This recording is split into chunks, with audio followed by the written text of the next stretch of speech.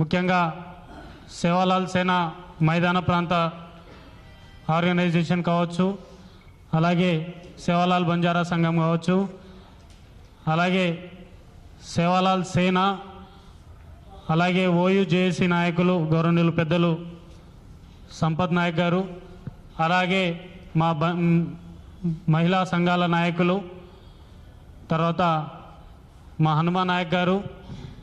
ఈరోజు చాలా ముఖ్యమైనటువంటి సబ్జెక్ట్ అండి ఇది. గిరిజన సంఘాల జాయింట్ యాక్షన్ కమిటీ ఆధ్వర్యంలో అన్ని సంఘాలతో కలిపి ఈరోజు ఏదైతే ఈరోజు రేపో ప్రజాపాలన ప్రభుత్వం ఆధ్వర్యంలో సుమారు 123 మున్సిపాలిటీలకు గాను వారి రిజర్వేషన్ శాతం కేటాయిస్తూ ఎస్సీలకు, ఎస్టీలకు, బీసీలకు రిజర్వేషన్ శాతాన్ని కేటాయిస్తూ వార్డులను విభజిస్తూ డిస్ట్రిక్ట్ల వారీగా వారి వార్డులను కేటాయించడం జరిగింది. అది జీవో నంబర్ 13 ద్వారా మనందరికీ మీడియాలలో వచ్చింది, మనం అందరం చూసాము. ఈరోజు ప్రజాపాలన ప్రభుత్వం వచ్చిన తర్వాత,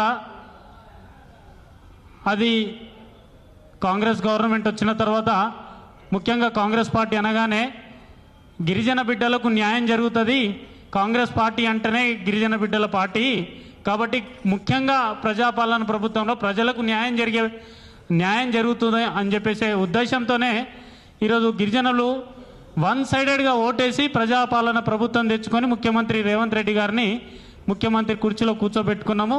కూర్చోబెట్టుకున్న తర్వాత కూడా ఈరోజు ముఖ్యంగా అన్ని వర్గాలలో రాజకీయాల్లో గిరిజన బిడ్డలకు అన్యాయం చేస్తున్నారు, పార్టీలలో గిరిజన బిడ్డలకు అన్యాయం చేస్తున్నారు. ఈరోజు ఏదైతే చిన్న పెద్ద అధికారంలో ఉన్నటువంటి చిన్న పోస్టులో ఉన్నటువంటి మావోలను కూడా అక్కడక్కడ అన్యాయం చేస్తున్నారు. ఇప్పుడు మున్సిపల్ ఎన్నికల్లో అన్యాయం చేశారు, ఇప్పుడు మున్సిపాలిటీ సర్పంచ్లో అన్యాయం చేశారు, ఇప్పుడు మున్సిపాలిటీలో కూడా అన్యాయం చేస్తున్నారు. కాబట్టి దీని గురించి మాట్లాడడానికి మా గిరిజన సంఘాల నాయకులు ఒక్కొక్కరు మాట్లాడతారు. దయచేసి నేను మీడియా మిత్రులకు దండం పెట్టి 2 చేతులు దండం పెడుతున్నా. ఈ యొక్క ప్రెస్ మీట్ని మీరు ప్రపంచాన్ని చూపించాల్సిందిగా విజ్ఞప్తి చేస్తున్నాము. ఎన్నో సంవత్సరాలుగా ఏ సందర్భంలో అయినా అన్యాయం జరిగితే అది గిరిజన బిడ్డలకి అన్యాయం జరుగుతుంది. కాబట్టి ఈరోజు మాకు ఒకటే బలం, మీడియానే మా బలం. కాబట్టి ఈరోజు సోమాజిగూడ ప్రెస్ క్లబ్లో వచ్చి సమావేశాన్ని ఏర్పాటు చేస్తున్నాం. కాబట్టి ఈ యొక్క